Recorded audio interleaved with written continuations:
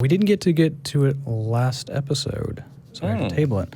It is Democrats' new faith outreach director launches so-called listening sessions. I do love that there's a faith outreach director. Yeah. Well, okay, so... Yeah. Politics is different. You have to reach out to all of your constituents, and many people identify with their faith. So that is the right thing for a political party that's attempting to represent the totality of its constituents to do. So good for you. We're probably going to disagree up to a certain point. Well, good for you, but that's not for me. Hashtag. Yeah. I might not have the most popular opinion about this, but... Well, we'll see. If we argue on the air, then we win. So I'll moderate. Yeah, this was from June 25th. Please. Religious news service. Years after Hillary Clinton's 2016 campaign was criticized for what some argue was lackluster outreach to faith groups, the Democratic Party has hired a new religious outreach director and launched a round of so-called listening sessions with faith leaders in the lead up to the 2020 election. Quote, "We take seriously the relationships we have with faith communities around this country," said Reverend Derek Harkins, who will oversee the faith outreach of the party, formerly a pastor in Washington, D.C., where he held a similar position in 2012. Faith, Harkins said, will be a priority going into 2020, but even more importantly, beyond 2020. 2020 and beyond. I don't feel like this is a good use of their time or money or their efforts, to be honest. I really don't. I am not sure about that, because for the them in this isn't the U.S. government. It's a political party attempting to reach and connect with people. And if there's one thing that we know here at the ACA, it's that there are people that believe fervently in the teachings and doctrines of their faith, church, religion, mosque, synagogue, temple. We need more English words for the difference between Hindus and Buddhists and etc. And so if you're attempting to identify, address, and represent the concerns of your constituents, a lot of them believe in stuff, so you want to reach out to them through that. Right. I don't know. I think atheists are kind of in a bind right now in regards to this, because the religious voters can probably swing either way. Like me, I swing either way. Nice. No, but like they are a viable demographic right now for both the Republicans and the Democrats, and the Republicans have kind of monopolized the faith element. I mean, yeah, you're absolutely right, and I think that's why that they're slightly off base here. Why is that? Because I feel like for this makes sense from a logical standpoint. Because who else are atheists and humanists going to vote for? Like, we're kind of stuck voting for the more progressive party, for the hyper religious party. Right. Yeah. Okay. So my thinking is, and this stat that I have here, just in relation to this, was according to a 2018 comparative congressional election study, 1 in 5 Americans, or 25%, are, quote, nothing in particular. Mm-hmm. So we've got, at the very least, 20% of Americans don't care about religion at all.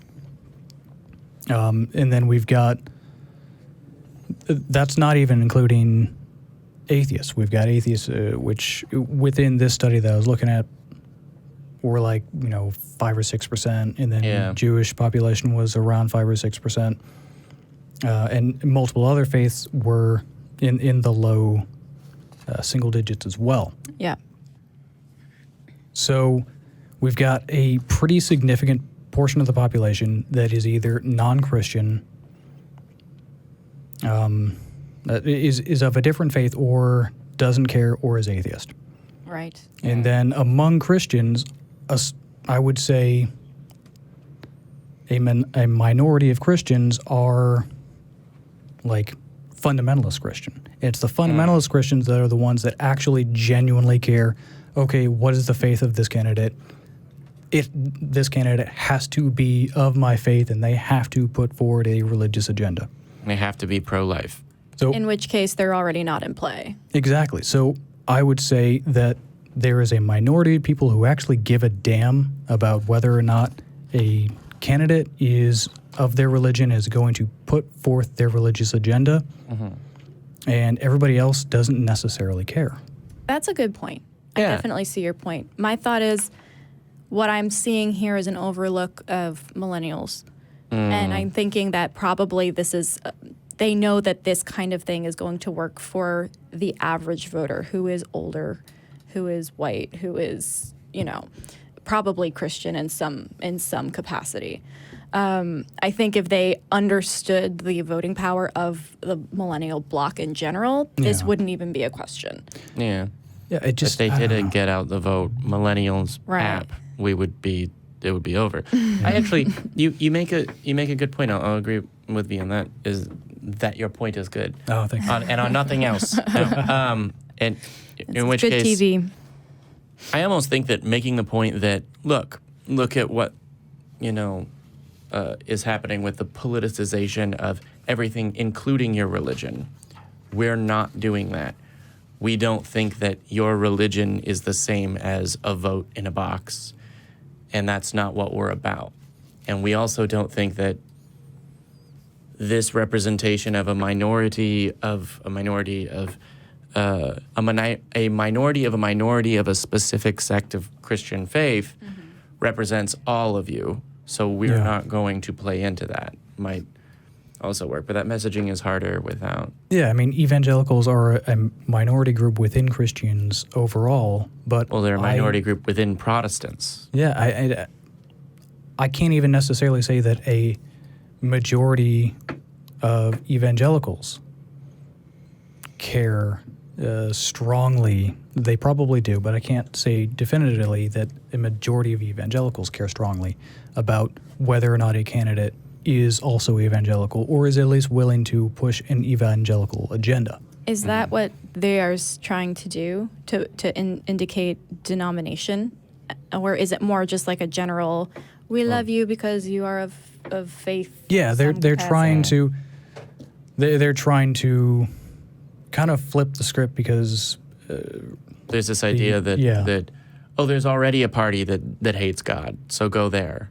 yeah, we've got the Yeah. we've got They the were saying that shit to party Silverman of yeah, in the we've- CPAC like 10 years ago or whatever it was. yeah, so the Republican Party is basically married to Christianity, more specifically evangelicalism, but Christianity overall, they are basically they are linked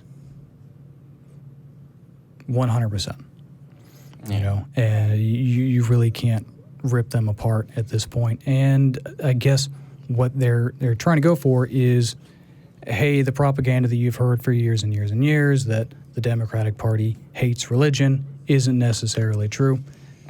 Okay, yeah, sure, that's fine, but making it a key component of the election cycle, I don't know if that's necessarily a good way to go. Well, It seems I like a agree. waste. I think especially in terms of, I have the same exact gripe with Mayor Pete. Like every time he talks on the debate stage, it feels like he's dragged out a Gutenberg Bible to stand on. So he's like as tall as the other candidates are.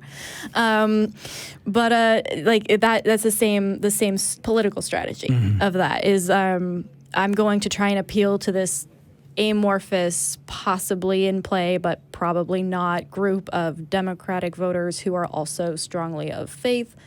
In which case, like, if they're still Democrats and still of faith and they haven't, like, swung over to the orange pastures yet, then it probably, he's not doing very much anymore. Like, he doesn't need to preach to that choir. He's not going to be able, and no Democratic candidate is going to be able to out-Christian the Republican candidate. Exactly. No one's going to be able to out evangelical bait Trump in all of this, right? And no one's Yeah. going to be able to out like pro-Israel, whatever, right? And whomever the Democratic challenger to our current president is going to be saddled with, oh, but look at how anti-Semitic they are. It doesn't matter what they do or what they say or et cetera. Right. That strategy is waiting in the wings for a target.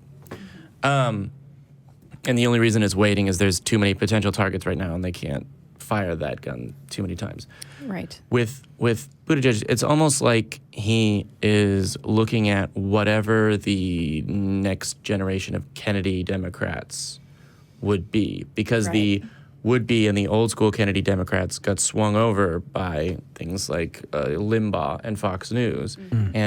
But look, it's Mayor Pete, and he's this guy, and he's from a red town, and everybody loves him, even though, it's like, Yeah, he's like a token Christian almost. I wouldn't. That's the way that it appears. But he's probably his own from token, so it's okay. But to me, honestly, it comes across like I don't know, daddy issues, because it's like you know that he's been hurt by religion before, and he's desperately trying to like claw his way back into the good graces of the Christian left.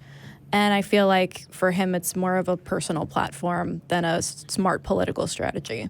Probably. I think you have hit at least that nail on the head. Like, it's not something that's optional for him, right? Like, it is about his faith. Right. And it is a nice, issue to bring awareness to. And like, yes, there are, progressive people who also happen to be Christian. Yeah. And I think there's probably, I don't know how large it is, but there's some portion of the population, whether that percentage is in the single digits or not, I don't know, that if you point out, listen, right now, Christianity is being represented in American public life by the right wing. Is that you?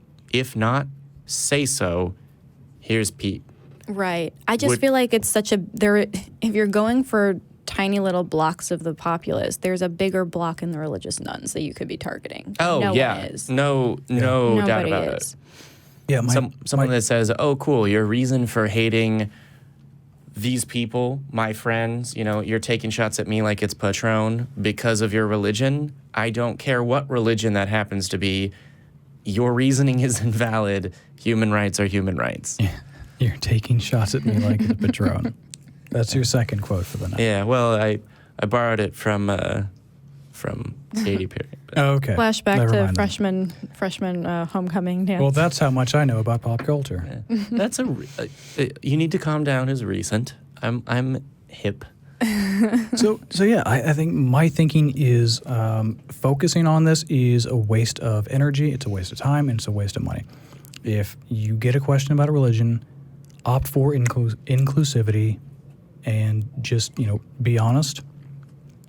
But I feel like making it a big part of your campaign, whoever ends up being the candidate, I don't think it's a good way to go. Yeah. Maybe if there was equal amounts of attention being given to those without faith, then maybe we could have, okay, well, this is an interesting dialogue and you're reaching the broader spectrum. Yeah. But do people of faith really need more attention?